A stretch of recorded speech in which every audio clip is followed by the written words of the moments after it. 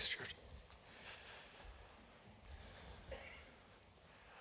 Immanuel Kant, the Enlightenment thinker, had a big idea that humans should try and be free of what constrains them in order to reach enlightenment. That was his big idea. He thought that if we could break away from the strictures and the rules and the conformities around us, whether they're put on us by religion or by something else, then we'll attain what we're all looking for, that kind of supra-enlightened state of being. I was listening to a lot this week, one of my favourite songs by Runrig, which is In the Lizard. It's a Gaelic song, but it's all about that, about the human desire to try and reach to the very top of knowledge and wisdom and indeed spirituality on our own, but ultimately how it's futile. I love there's a few lines at the end of the chorus, Hic in laas, hic in naum, our son in the Lizard er chreif vuain, which means there's coming a day and there's coming a time where we'll be able to reach up and attain the highest possible knowledge, but it's not just now. And our attempts to do that in and of ourselves always end in futility. What do you think someone who is very wise or knowledgeable or spiritual, if you like, even a true Christian, what does it look like? Because I think we're constantly falling into the traps of thinking it looks like what the world around us would tell us it looks like. Perhaps at times you have thought, or you do think, that a really spiritual Christian is someone who knows a lot of theology, perhaps even who studied theology. I can tell you that's not true in my experience anyway, but we do project that very often. Or perhaps we think it's people who seem to have a lot of spiritual gifts from God. Maybe they're able to do, you've seen them on the TV, being able to pronounce and effect healings or miracles. Surely that would make one really spiritual. Or maybe it's somebody who is very good at, they're so dedicated to their religion and spirituality that they separate themselves from others a lot. They take very little to do with the culture around them. They'll have nothing to do or hear from other religions or worldviews. They're very insular and focused, but it's out of dedication. And perhaps we think that's what, or they think that's what spirituality looks like. What about in the church? What are the traps that we fall into for thinking of what spirituality really looks like? Don't we often think it's where the numbers are? If a church is bouncing and growing and there's lots of numbers, then well, the God's Spirit must be at work there. And you know what all those things have in common is none of them are what Paul tells us in Galatians Christian spirituality actually is and looks like. So today in this passage I want to unpack with you what it is and what it looks like. And I think it's actually much better news what he says spirituality actually is and looks like. We've been in Galatians and we've been for what seems like a long time now thinking about this issue of to circumcise or not to circumcise. And last week I had the unenviable task of getting into the real nuts and bolts of that and explaining to you how it applies today. And while it seems like something that's ancient and distant, that it has a lot of relevance to the way we conduct ourselves in Christianity.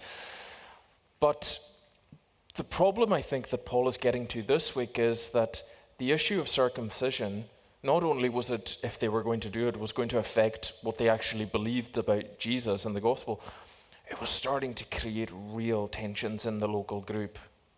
Because so often we think of the fruit of the Spirit. It's a famous passage. The fruits of the Spirit are, you could probably rhyme them off. Love, joy, peace, patience, kindness, gentleness, self-control, and so on.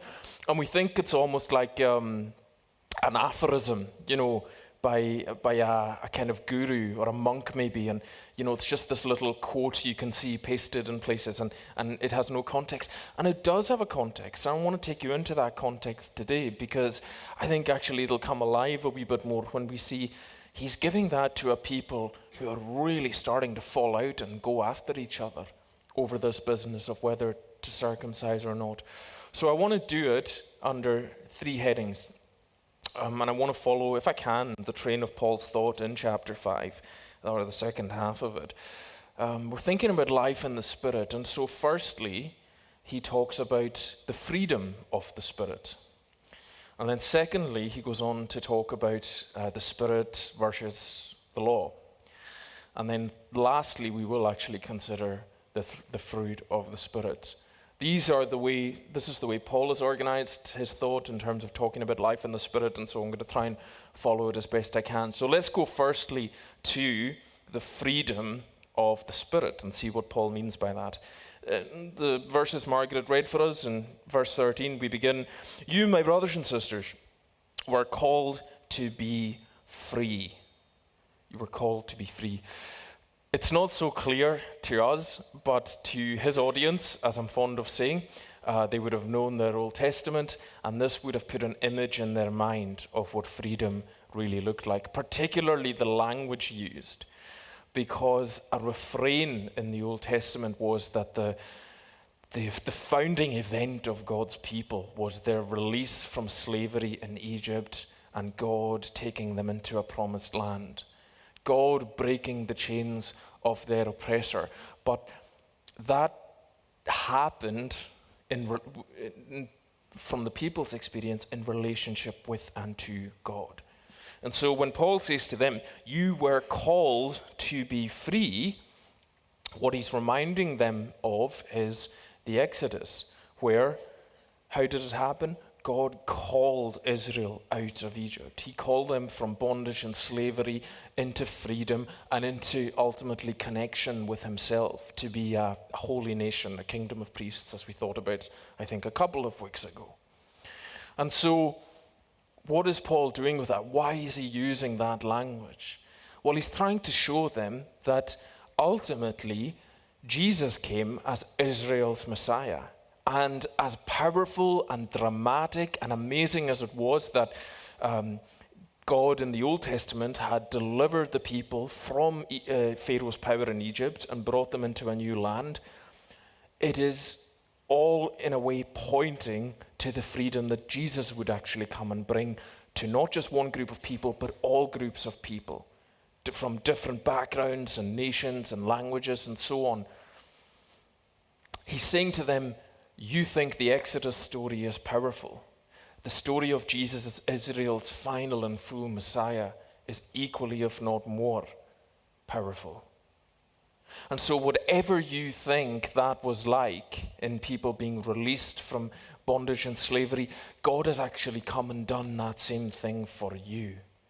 He has broken the power of sin to condemn you and accuse you in your heart. He's speaking to a lot of pagans, people who were involved in the system of the Roman Empire, worshipping their many idols and gods. And he's saying, you've been brought out of all of that. You have known what it was to have hundreds of different false gods. And the one true God has come and he's broken your connection to them and he's given you a connection to himself. Why did he do that? Because he called you. He knows you by name and he called you from that slavery and that system and that way of thinking into this new freedom, into his freedom, into following him. You have now been set free to follow God. And all of that is good news and it's unconditional, except for there is one condition. The entire law is fulfilled in keeping this one command: love your neighbor as yourself. Now, this is really powerful because it's all very well to be free from something. When you think of the children of Israel, when they got free from Egypt, that was only half the story. Because then what did they have to learn to do? They had to learn to live as a free people. There was no more Pharaoh or taskmaster telling them what to do or where to go or when they should be in a certain place. We so often find this in our criminal justice system. There's many people that reoffend because we don't teach and rehabilitate people to know how to live as free people, where they don't have that system and routine. You see, because we're such complex beings. And Paul is saying to this group, it's great that you feel free and that God is perhaps not burdening you with the need to get circumcised or to keep eat certain foods or keep certain festivals. That's brilliant. But you need to use that to love your brothers and sisters. You see, You're not just set free for its own sake. You are set free that you might love. The whole way of being within the Christian family, he's saying, is yes, you're free, but that freedom is given for a specific purpose, and that purpose is the love and the building up of others. You are set free from all sorts of rules and obligations except for this one. Love your neighbor as yourself. Because, ironically, in doing that, you will fulfill everything that the law was trying to teach anyone anyway. There is an incredibly powerful freedom in Christianity. There is no better gift that we can hope to hold out than to tell people they are forgiven by God. There is no more sin, that God loves them and wants to be near to them. And all that he asks in return is that the love that he's demonstrated for them, that they begin to pour it out for others with that freedom that they have. The freedom of the Spirit, that's first. And then secondly, we look at the law and the Spirit and how they work together. Now this is a really complicated argument. Even the commentators I was reading this week were saying this is really, really dense what Paul is saying. So I'm going to take a quick pass at it and see how we get on.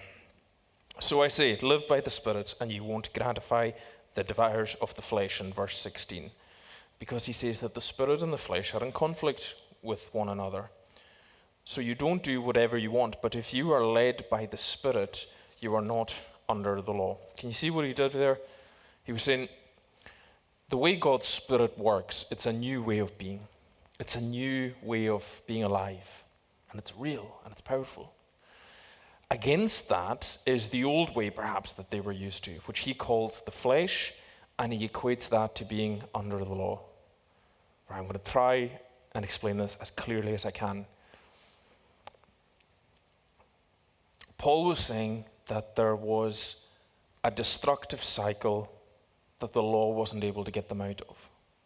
Because the more they knew about the rules that they should be keeping and how holy and perfect God's standard was, the more they had awareness of the ways that they weren't measuring up to that and they were breaking it. And then, if you like, the more they used their flesh, which is their sort of very human bit, the bit that isn't made alive by God, to try and keep that and break that cycle, it ended up being a kind of spiral and a cycle where it would get worse. Do you see? So, with great knowledge comes great responsibility. Ignorance is bliss. That's basically the way Paul talks about the law in the New Testament. It's good, but it has the effect of it ends up just condemning you more and more.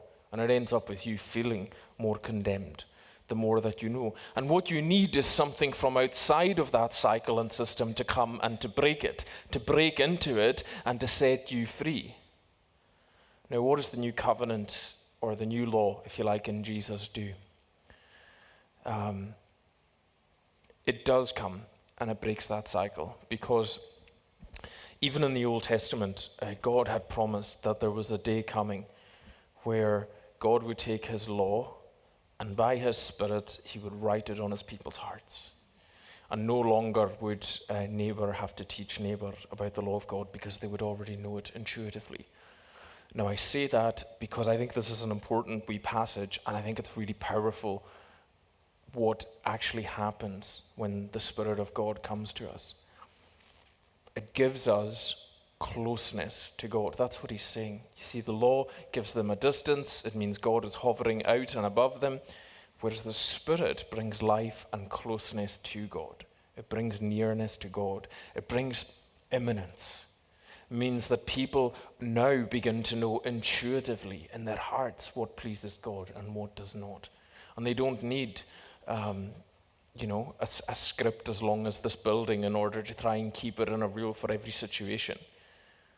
If you like, it's a more mature way of being. Paul likens it in other places to being under guardianship. When kids are very little, they do need to be told what to do every time, every hour of the day, and they need an awful lot of rules and boundaries if they're going to turn into well-rounded adults. But as they grow up, we hope that they need a bit less of that, and we can pull back the rules. And maturity looks like them increasingly making good moral decisions and reasoning things out for themselves. And the Spirit of God is a bit like that. It gives us this immense freedom and trust and works on intuition and an innateness in our heart where God comes to be with us and speak to us. You see, it's very, very, very different. But it's a powerful difference because he's trying to reinforce to them, again, please stop looking back to things under the law that you should be doing or should not be doing and fighting over them because, again, God's kingdom has broken in amongst you. It is here. And it's giving the possibility of new life for everyone. And who among us wouldn't want that? To have the very Spirit of the Creator God in us, working with us and guiding us through our entire lives. The Spirit is so much better than the law. So that's the freedom of the Spirit versus the law. And lastly, the fruit of the Spirit, the bit that everybody knows.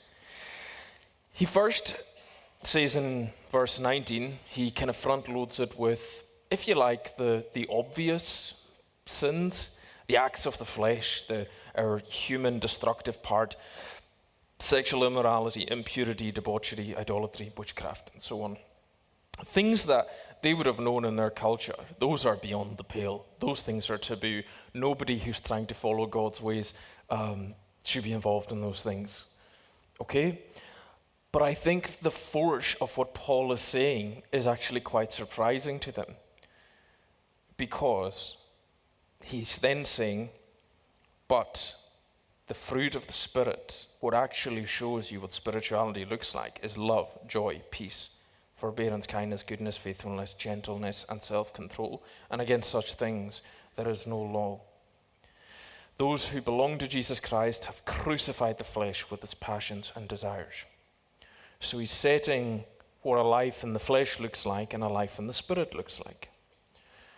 And do you notice that a life in the Spirit, if I go back to my introduction, doesn't look like knowing a lot of theology or knowing lots and lots about God or big words about him. It doesn't look like having amazing spiritual gifts that impress everyone. It doesn't look like perhaps running around doing 100 things for God. It doesn't look like necessarily a big bouncing church. What it does look like is people building up and humanizing the other people around them.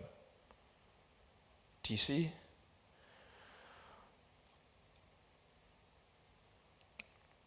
I decided not to go through every one of those fruits of the Spirit because they aren't fruits.